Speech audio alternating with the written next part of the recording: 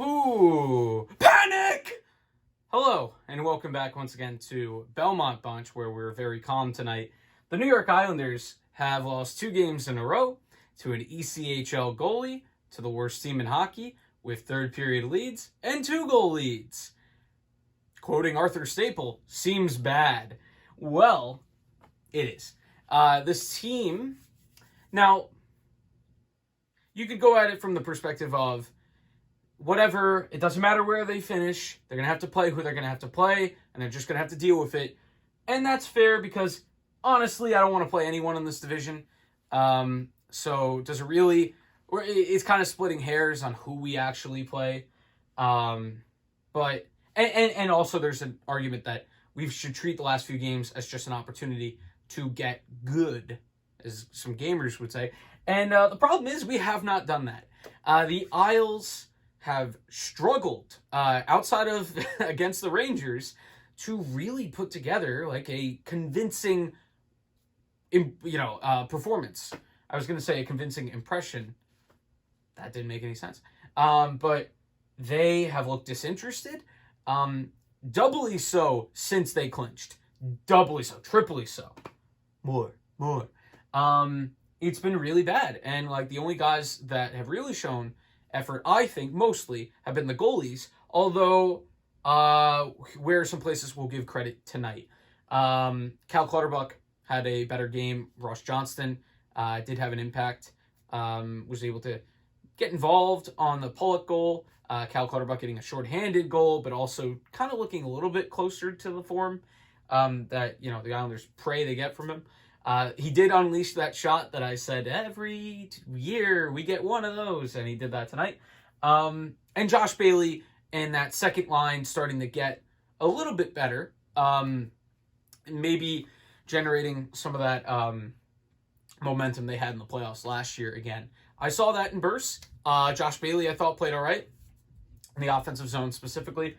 And Beauvillier gets a goal. He's skating well. It's just not a lack of effort from him specifically.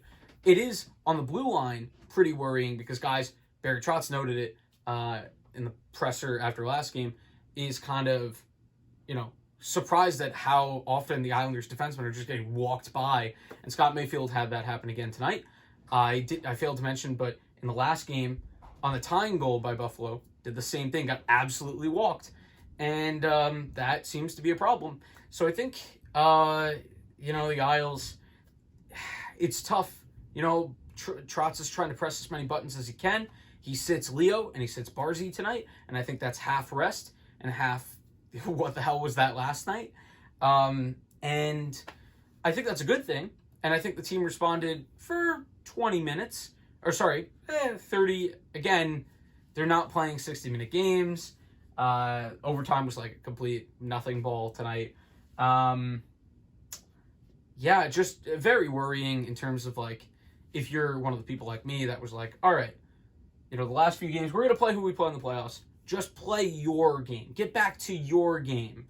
And like I just said, there's some guys that you can pick and choose and say, to an extent, Bo, to an extent, Bailey, to an extent, Pollock, starting to get some shots to go, and the goalies, definitely.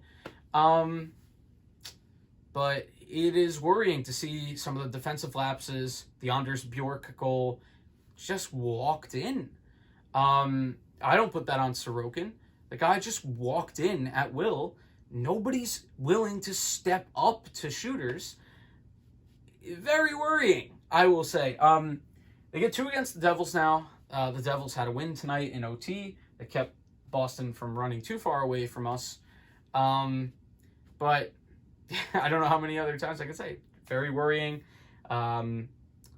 Maybe Ross will get the stick a little bit.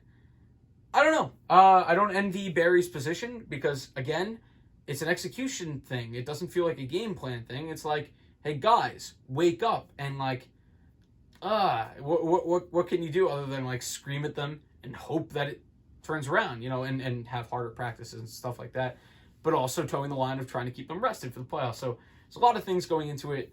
So I'm not really on Barry on this one. This is I'm not getting on Barry. I'm getting on the players to wake up, start playing their games a little bit. Even Pellich hasn't been fantastic the last couple games. He did have a nice long poke check in yesterday's game, his patented Pelly poke, but very distressing stuff.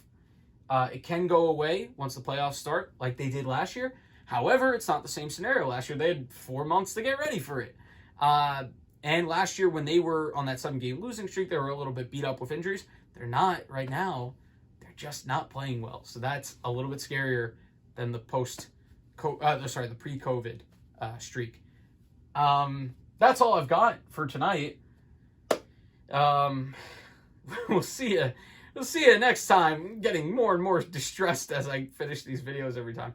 We will see you next time, and hopefully we'll have Seattle stuff for you soon. We're excited to bring that back, and the podcast tomorrow. But we'll see you then. Goodbye from Belmont Bunch.